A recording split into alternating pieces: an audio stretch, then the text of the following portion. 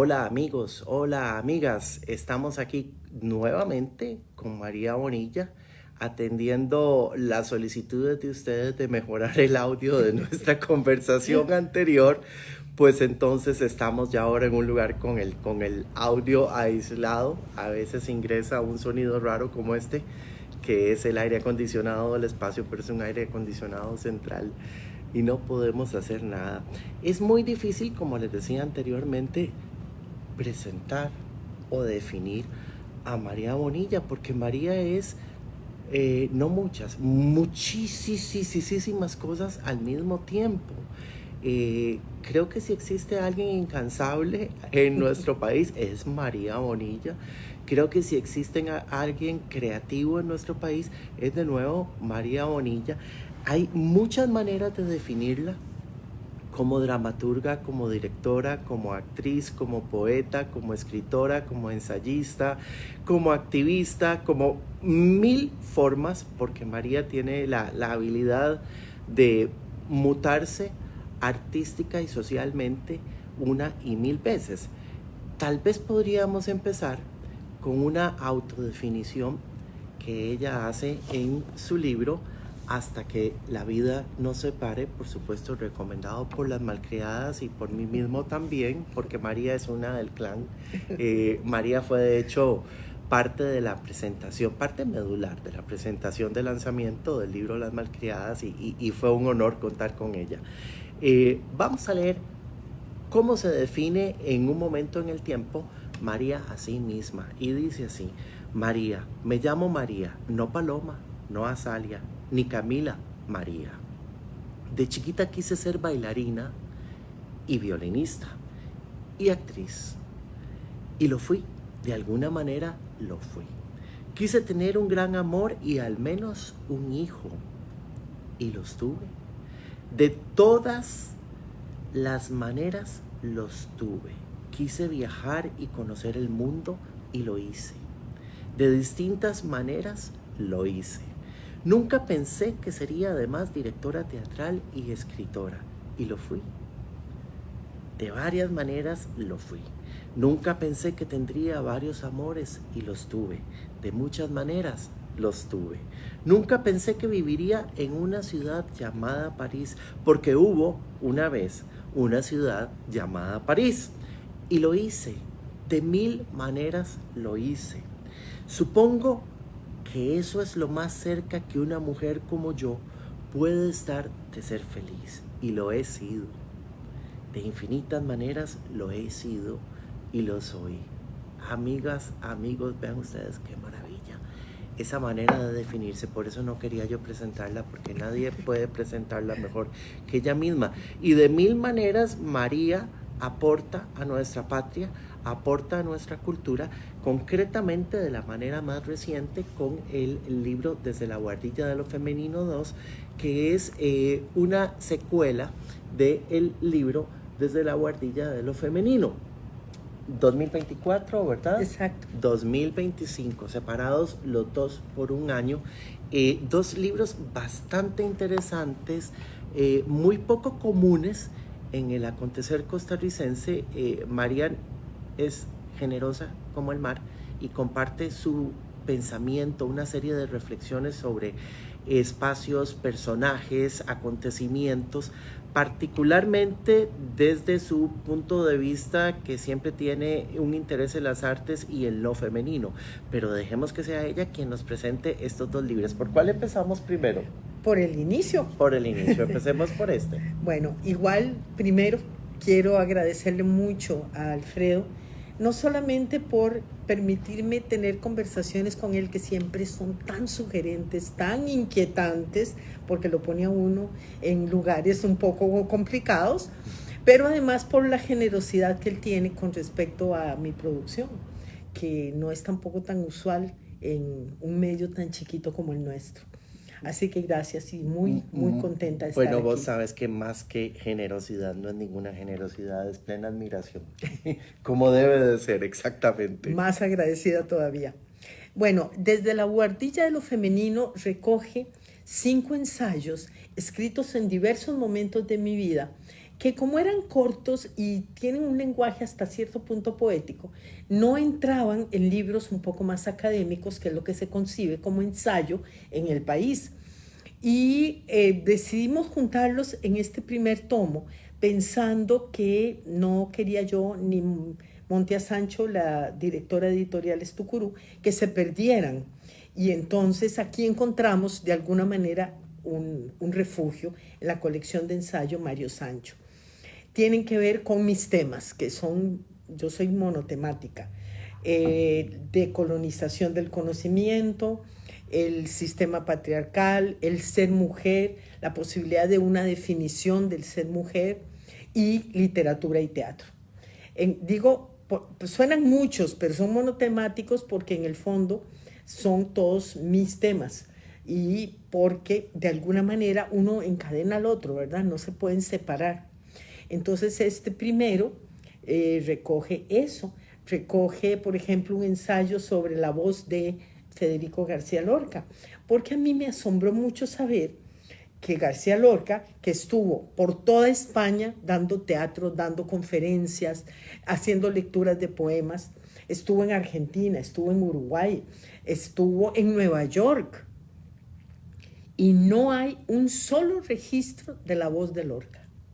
Nunca se grabó. Es cierto. Lo cual es muy misterioso, porque existe la voz de muchísima gente. Y además siempre tenemos nosotros como seguidores, como admiradores, ese deseo de conocer la voz. A mí me ocurrió con la voz de Eunice, que siempre quise conocerla, claro. Y el día en que la conocí, tuve una explosión de lágrimas incontrolable y eran de pura emoción. Exacto. Y él tiene un poema que a mí me gusta muchísimo, que se llama La voz del niño mudo. Se llama El niño mudo. Y entonces él dice que la voz del niño mudo se la secuestró el rey de los grillos. Uh-huh. Y a mí ese poema siempre me encantó. Entonces esto recoge una anécdota de García Lorca, que dice que él, igual que Juan Ramón Jiménez, vio a las sirenas, él vio a un hada. Él vio al hada cuando alzaba vuelo en la ventana, y que Juan Ramón Jiménez vio a las sirenas justo cuando se acababan de hundir. Bueno, yo oí a García Lorca en el ensayo general de Lorca en un vestido verde de Nilo Cruz, el premio Pulitzer, y la oí en la oscuridad del teatro, sin verlo, que yo estaba muy preocupada por el resultado, por la recepción que iba a tener la obra, y él me dijo, todo irá bien. Y yo dije, ay, yo oí la voz de Lorca. Entonces recoge ese ensayo dentro de un ensayo que habla de las premoniciones de los escritores, como Julio Verne previó, pronosticó, presintió todos los cambios que después fueron pues el pan nuestro de cada día, y que ya incluso fueron superados por la realidad. O, por ejemplo, el famoso César Vallejo, ¿verdad? Cuando dice, moriré en París con aguacero un jueves, bueno, lo dice más lindo, y él muere en París en un aguacero un jueves. Es decir, que nosotros los escritores tienen a veces la sensibilidad de ver el mundo de otra manera y de ver sus vidas de otra manera. Bueno, ese ensayo, por ejemplo, está ahí, y al igual que en este otro, desde la Buhardilla 2, aparecen mujeres que a mí me han impactado y me han marcado la vida. Mujeres nacionales que recibí y trabajé con ellas directamente, como Ana Poltronieri, Virginia Grutter, una de las malcriadas, y Sara Astica. Qué honor, María. Sí, me encantó. Yo la dirigí en Pareja Abierta, wow, en el Teatro Vargas Calvo, de la sala pequeña del Teatro Nacional, y siempre fue muy, muy cercana a mí. Pero además, otras mujeres que no me tocó conocer, pero que me causa inquietud su historia, como María Fernández de Tinoco, como Froilana Carranza, la esposa de Braulio Carrillo, y como Pacífica Fernández, la esposa de José María Castro Madriz, porque son mujeres que por diversas razones, a mí que me gusta estudiar los ejes emocionales en la vida de las mujeres, me hacen preguntarme cómo una mujer como María Fernández, culta, que hablaba varios idiomas, que tenía la medalla Florence Nightingale, Exactamente. dormía con un asesino. Es la inmensísima paradoja de su vida. Exacto. El inmensísimo misterio, esa nefasta dependencia. Terrible. Sí. O el caso de, bueno, obviamente Pacífica Fernández es la famosa mujer que borda la bandera del nuevo mundo que llega, como Mariana Pineda bordó la bandera de la República que cuenta García Lorca.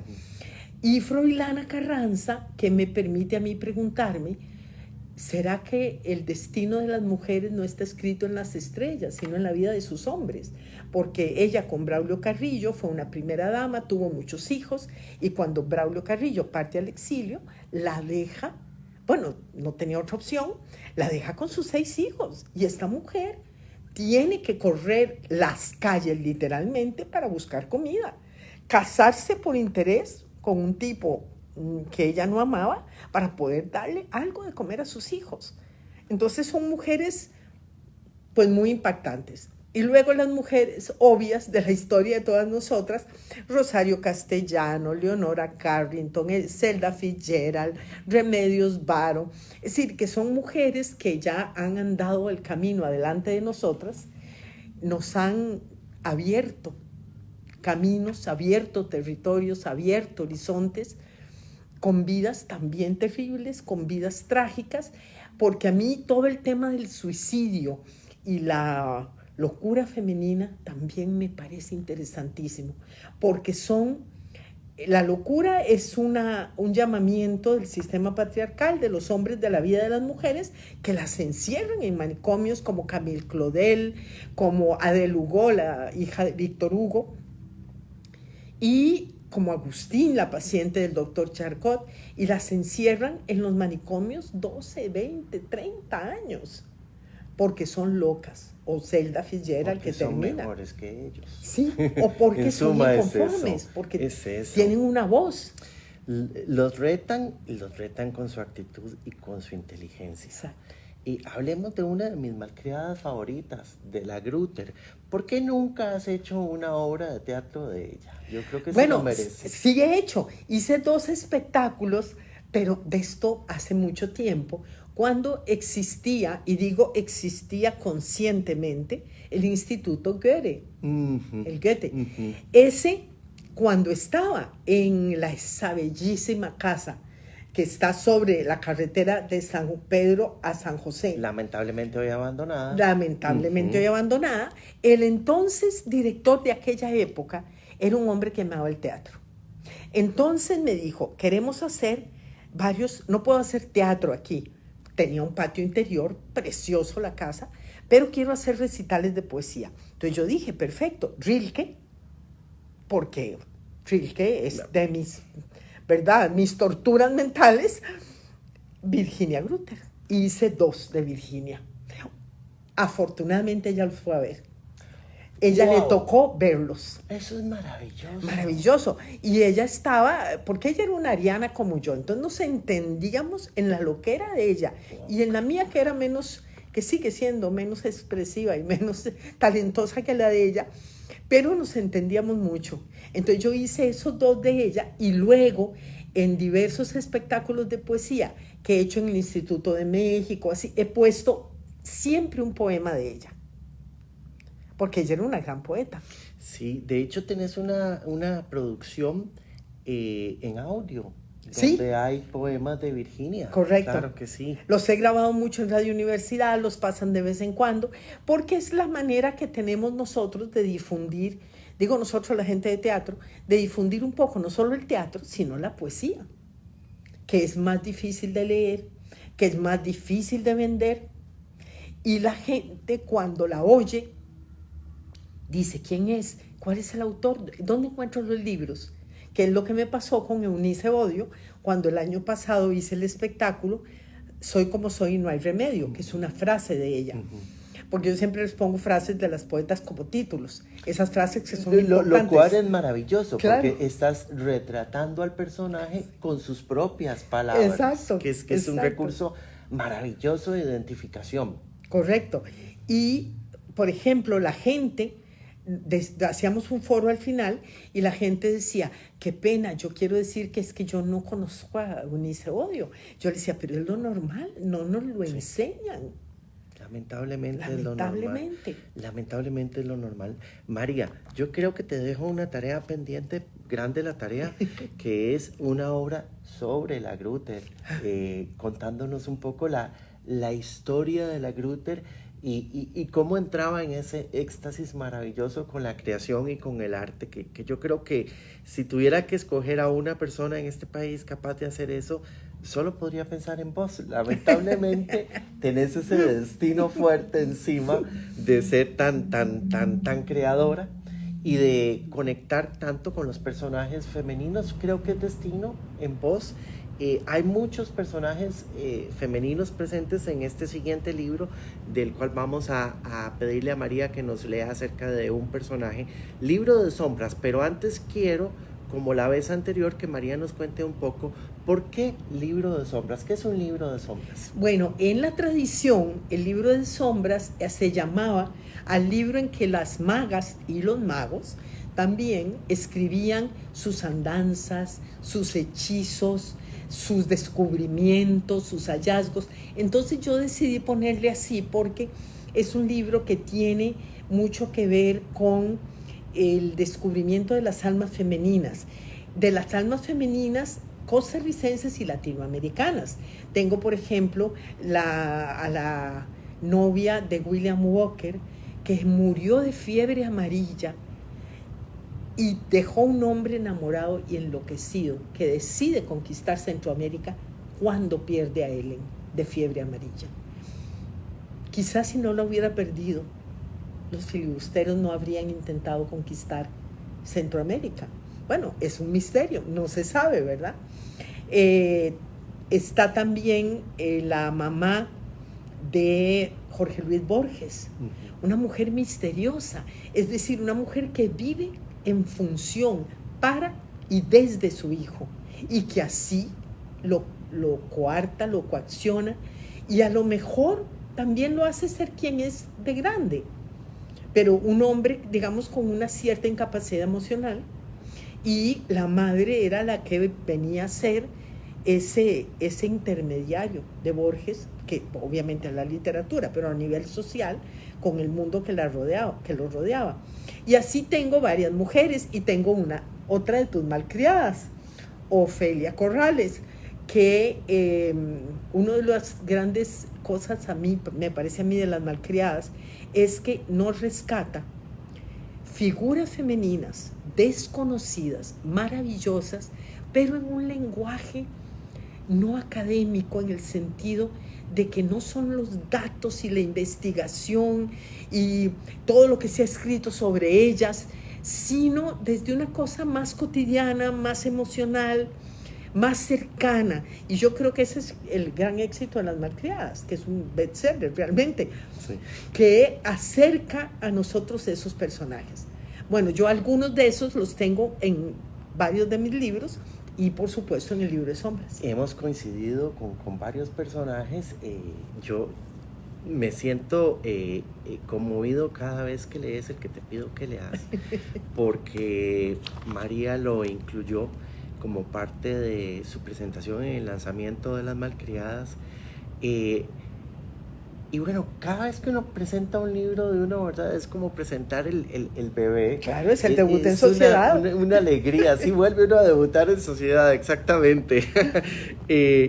Cuando yo escuché a María interpretando este texto sobre Ofelia, en la casa donde había vivido y muerto Ofelia, que es actualmente el Centro Cultural de España, ahí en el Farolito, sentí que irremediablemente estábamos conectados, la casa, Ofelia, María, el público y yo. Sí, es como una presencia, ¿verdad? Sí, fue como un llamamiento paranormal, pero no por ello no de miedo, no. Sino más bien muy, muy cálido, exacto, muy acogedor. Exacto. Entonces vamos a escuchar de el libro de sombras esta interpretación de este texto sobre Ofelia en la voz de María, que es muchísimo mejor que la mía, por supuesto.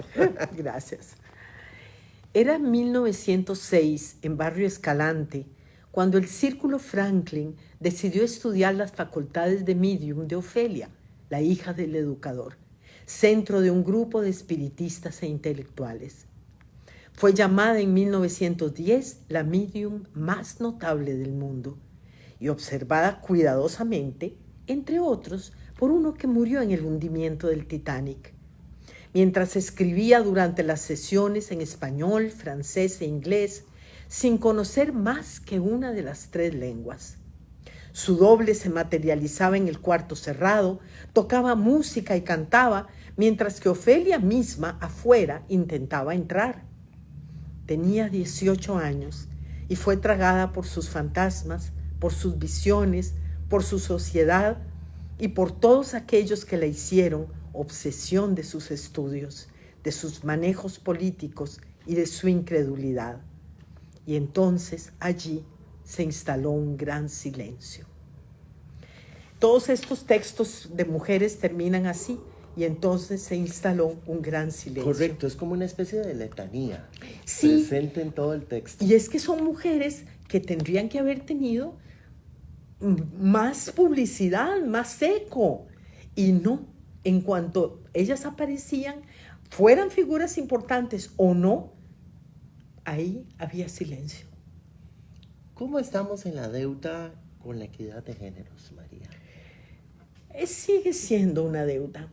Se ha hecho mucho en relación, por supuesto, a todos los siglos que nos preceden desde la época prehistórica. Bueno, desde Adán y Eva, pues si es que Adán fue tentado por Eva, que fue tentada por el demonio en forma de serpiente. No fue conquistada por el conocimiento,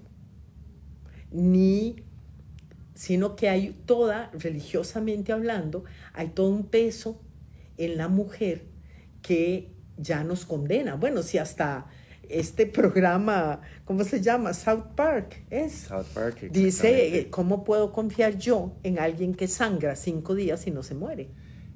Que es un chiste, ¿verdad? Híjole, pero un chiste... terrible, porque claro, sangramos 5 días cada mes.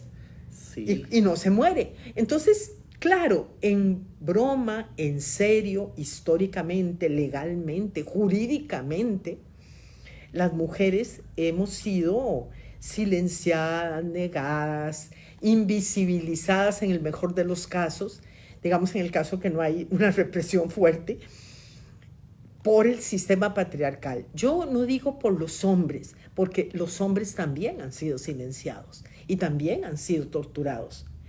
Pero el sistema, cuando el sistema se transforma en una verdad que nos rige, ya ahí desaparece el género, desaparece todo. Y ese sistema, así como ha condenado a los negros, a los indígenas, a las mujeres, ahora condena a todos los LGBTQI+. Y son minorías que lo único que necesitan es voz y lugar, porque tienen que tener voz y lugar, porque son miembros y seres humanos, miembros de la humanidad, que además no hacen ningún daño con, por ejemplo, su identificación o su identidad sexual.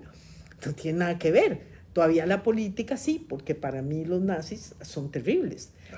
Para todo el mundo. Exacto, digo, masacraron miles de personas y se siguen masacrando miles de personas en nombre de la democracia, de la verdad, de no sé ya ni de qué. Entonces, necesitamos que se pueda usar la voz propia, que se pueda usar la voz original, que podamos hacernos cargo de nuestra vida, de nuestro destino, en el caso de las mujeres, de nuestro cuerpo, porque siendo un espacio absolutamente privado, resulta que es un espacio público. El cuerpo de la mujer es un espacio público. Entonces, yo creo que se ha hecho mucho, que se han hecho cosas, pero que tenemos que seguir luchando, y repito, ya no solo por las mujeres, sino por cualquier forma de minoría, que simplemente tienen derecho a existir porque son criaturas de Dios. ¿O es que la religión nos sirve para unas cosas y para otras no? Bueno, en la práctica pareciera ser así. Amigas, amigos, hemos escuchado a una mujer con voz propia. ¡Qué maravilla! Una voz que se multiplica a través de la palabra y que queda guardada aquí para que nosotros aprendamos todas las muchísimas cosas que tenemos que aprender de un personaje como María Bonilla. María está en el stand de la editorial Estucurú. Sí. Como la lechucita. ¿Qué pasó si es la lechucita? Sí, se me nubló la mente un momento. Bueno, es por el brillo de tu palabra que me deja atontado un poco. El editorial Estucurú, ¿qué número de stand es? El C74. C74 en la Feria Internacional del Libro. Estamos aquí en el Centro de Convenciones.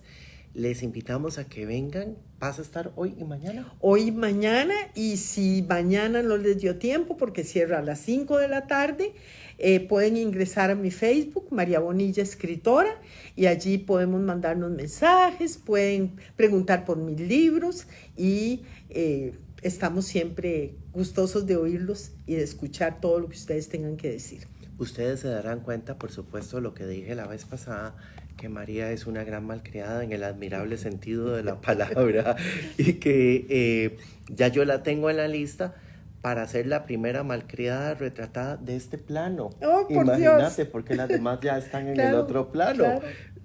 María sería la primera. Es una promesa que de emprender ese proyecto, ella sería la primera de este plano que sería considerada para el grupo. Las razones, bueno, ya hemos visto aquí una pequeña muestra de ellas, ¿verdad? Pero sobran porque María es una persona que cada día tiene una sorpresa nueva que aportarnos a nosotros, una sorpresa que nos hace crecer, una sorpresa, que nos hace pensar, y una sorpresa que siempre contribuye a crear una mejor patria. Los padres de María fueron dos personajes insignes en la cultura costarricense y se fueron hace ratillo para el otro plano también, pero vean ustedes qué maravilla, nos dejaron una excelente compañera que nos va guiando por el camino. Muchas gracias, María. Qué buena conversación, como siempre.